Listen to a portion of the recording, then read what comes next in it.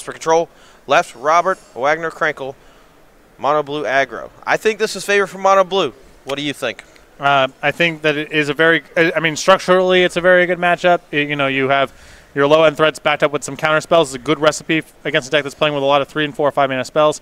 The overall card quality in mono blue aggro still makes me a little bit nervous, but I think the matchup should be good. All right, just a couple of lands from either side, no plays, but a Merfolk Trickster here coming down for Krankel could get the ball rolling, but a Moment of Craving takes it out. Yeah, and Hobbs not trying to mess around on Wagner-Krankel's own turn because untap with Spell Pierce, get a Curious Obsession on something. Hobbs doesn't want to run any of those risks.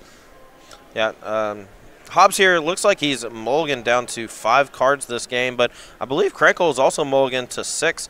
Neither player really doing a whole lot of anything. Hobbs shocking down to 20 with that Godless Shrine, I guess holding up Mortify, perhaps some other removal spell. Mortify would make sense. Can't be Absorb. Doesn't have the second blue. Right.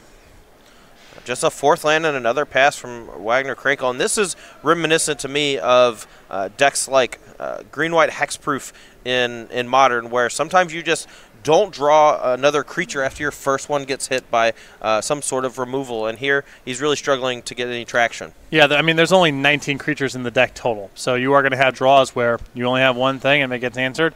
The rest of your hand is just counter spells, maybe Curious Obsession.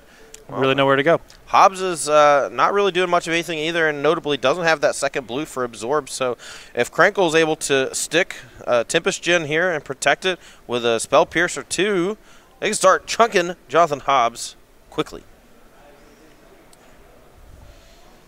Time and time again, we see mana gluts really affecting a player's ability to interact. That Spell Pierce they're notably taking on that Mortify, and with Hobbs short on mana, just putting on a clinic here with this mono blue deck. Yep. And Hobbs, you want to go for it there because you would have seen Dive Down the first time around if there was there. So you're really only playing around one of the 2 remaining copies of Spell Pierce. Got to give it a shot there, but Wagner-Krankel was at the ready. Now, normally, Curious Obsession is plan A. You put that on one of your 1-drop creatures, start drawing a bunch of cards, use things like Spell Pierce and Dive Down to protect it. Here we see plan B and Tempest Djinn alongside the plan A and Curious Obsession, and Jonathan Hobbs doesn't really have any defense here. Yet another removal spell, and I think this one's going to get countered as well. Rizer's Retort hits that Warrant Warden. And Hobbs, you see once you get behind this deck, if you're only playing 1 spell a turn, it's pretty easy for them to answer the whole game with their counter spells and dive downs. Yeah, and Hobbs here looking for something, digging desperately. Did he find the land? It looks like he didn't, and that's going to be all she wrote for Game 1. This might be the quickest finals in SCG Tour history, Patrick. We've had some really quick ones. I would guess that it was a Legacy one, but I'm not totally sure. We have had some very fast ones. Apparently, I am being told by our wonderful director, Rob, that Aaron Barrett took 10 total turns in the best of 5 in 3 games. 10 total turns of Magic. He took it down. Got himself a nice little human soldier token. Yep. Oh yeah. There's the mono blue painter Blood Moon. Is it? Yeah, just 6-0'd in 10 seconds. Oh. I remember that one now. I remember that one. Name of the player is escaping me. Greg something? Greg something has been called. Hot Sauce Games shirt? All right. I got it now. We're coming back. That one was real fast. Okay, well, we do have some things to talk about here. Both players going to be going to their sideboards in preparation for Game 2, looking to swing things in his favor is Jonathan Hobbs. Taking a look at the sideboard, we have 4 copies of Basilica Bell Hunt, 4 Thief Sanity, 3 Duress, 2 Hostage Taker, 4th Kaya's Wrath with 3 in the main, and then a single The Eldest Reborn. What do you like here, Patrick? The 3 copies of Duress, the 2 Hostage Takers, and the Kaya's Wrath. I think Basilica Bell Hunt, we saw Hobbs bring this in against the Azorius aggro players. I don't think it does enough blocking in this matchup to be brought in. Sure. What's your opinion on Thief of Sanity? Do you think, since there's no real removal from the blue aggro side, there's a chance that it actually comes down and dominates? There's a shot. I think that you want to be leaning enough on the sweepers that the pairing's a little bit awkward. No guarantee that it's an effective attacker, but I could buy it. I mean, you want to get away from some of your expensive spells in general, and a cheap creature lets you pivot a little bit. Yeah, no, that makes a lot of sense. From Robert Wagner-Krankel's side, we have 3 copies of Surge Mare, 3 Negates, 2 Fairy Duelist, the newer inclusion to the sideboard as a means of protection against aggro. Not coming in here probably, but still pretty good. 2 Exclusion Mage, 2 Entrancing Melody, 2 Deep Freeze, and 1 Search for Escanta. What you thinking? I really like the Search for Escanta, the 3 Negates, and the 3 Surge Mares as a little bit of protection against sweepers. Yeah, the Search Mare dodges things like Moment of Craving. And as the game goes longer, if you draw enough lands, the fire breathing aspect of it does hit pretty hard and could be just, another one of those threats that stands alone and does some stuff without having to invest too much into it. Yeah, I mean, it is a bit on the slow.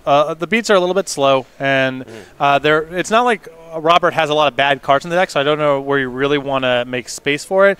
But the Mystical Heralds can probably afford to go. Not a whole lot of blocking being done here. If you're looking to pick up either of these decks or Standard in general, make sure to go check out the Magic the Gathering sale over at StarCityGames.com. Hundreds of new singles on sale through Monday, and then on Monday, guess what? Starts again with a bunch of new cards. If you're interested in getting a great deal on some of these interesting foils and foreign cards, as well as plenty of staples across all the formats, check out go.starcitygames.com/sale. See what we got going on over there. Both players shuffling up here for game 2. Hobbs going to hopefully not take as many mulligans this game as he did in the last. And on the other side of the coin, Wagner-Krankel going to be digging for a better start than he had last game, though.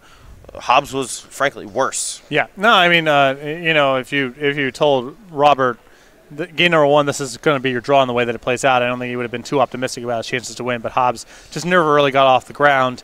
Robert was able to win a critical fight over Tempest Djinn and easily run away with the game from there. Yeah, I mean, in a battle of anemic draws, I'm always going to take the deck that has a lower curve because they're usually, on average, going to be able to play more spells with fewer amounts of mana. And that's exactly what happened, and Hobbs, died with 5 or 6 spells in his hand. Right, and crucially, since he's a 3-color deck, not even having the second blue for those absorbs kind of rotting in his hand, those would have been pretty good, especially against those Tempest Djinns early, maybe even winning him a battle over the Tempest Djinn at some point. Those Spell Pierces just did so much work in protecting it. Yeah, I mean, Hobbs really didn't have any choice in that game other than to run his head into Spell Pierces and counter spells. And, since Robert didn't have threats and he wasn't making land drops, obviously the rest of his hand just has to be reactive. And once he found a threat, there's really no way for Hobbs to get out from under it.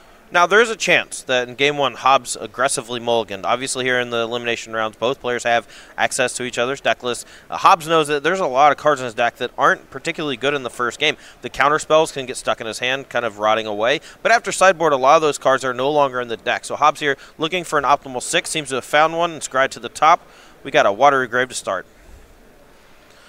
Wagner-Krankel's side, we're going to lead with Island into Terramander, the newest addition to the deck, giving it a very high number of 1-drops to go along with Curious Obsession, as well as even Chart a Course. Those numbers increasing over the last few weeks.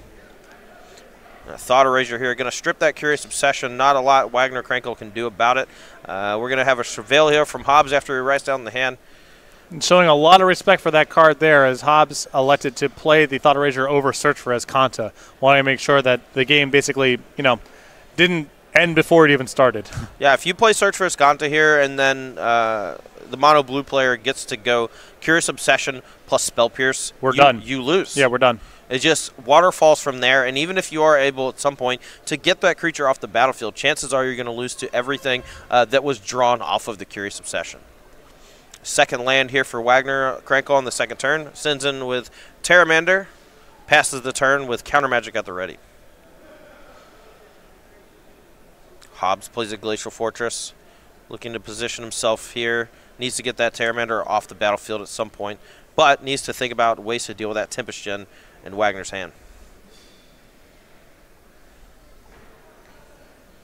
Another attack sends Hobbs down to 18. That Terramander chipping away. Not really a huge threat at this point, but Hobbs decides to end of turn, go ahead and use his mana efficiently and cast a Moment of Craving, targeting that Terramander. Yeah, and you know about the Spell Pierce, and from Wagner-Krankel's perspective, is it going to get better?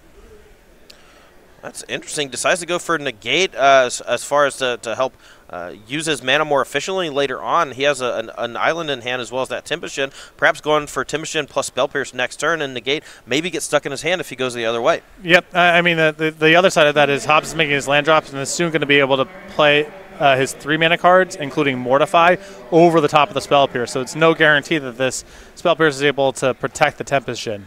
Right.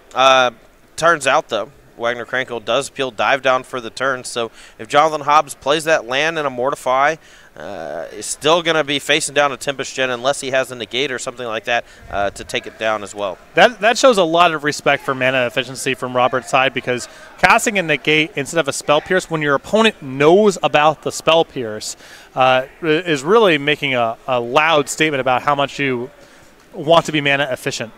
Yeah, but Wagner-Krankel understands the sequencing that's going to happen over the next few turns. If he goes for Kaya's Wrath this turn, it's going to put him in a precarious position.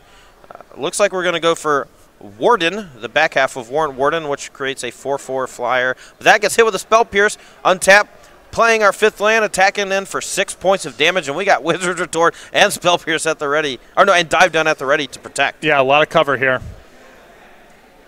Kaya's Wrath is not going to do it. That Wizard's Retort potentially countering it. Spot removal on the Tempest Djinn, not going to do it. And almost enough mana to adapt that Terramander as well. I think this is it. A Wizard's Retort, and he's going to have enough to adapt that Terramander. This is going to be 10 damage to can he find the island? He finds the island. 5 mana. Adapt the Terramander. Attack for 11. That's all she wrote. What a quick finals and decisive victory for Robert Wagner-Krankel and his mono blue aggro deck. Really just showing what the deck can do. Jonathan Hobbs just unable to really get any traction. Those cheap counter spells really put a